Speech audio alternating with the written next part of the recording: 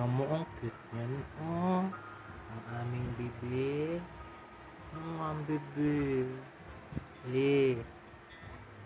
Li. Li. Yes, pa-cute eh. Papakute talaga yung baby na yan. Oh, tingnan mo. Oh, cute ng baby namin. Oh, si Ate Lovely. Oh,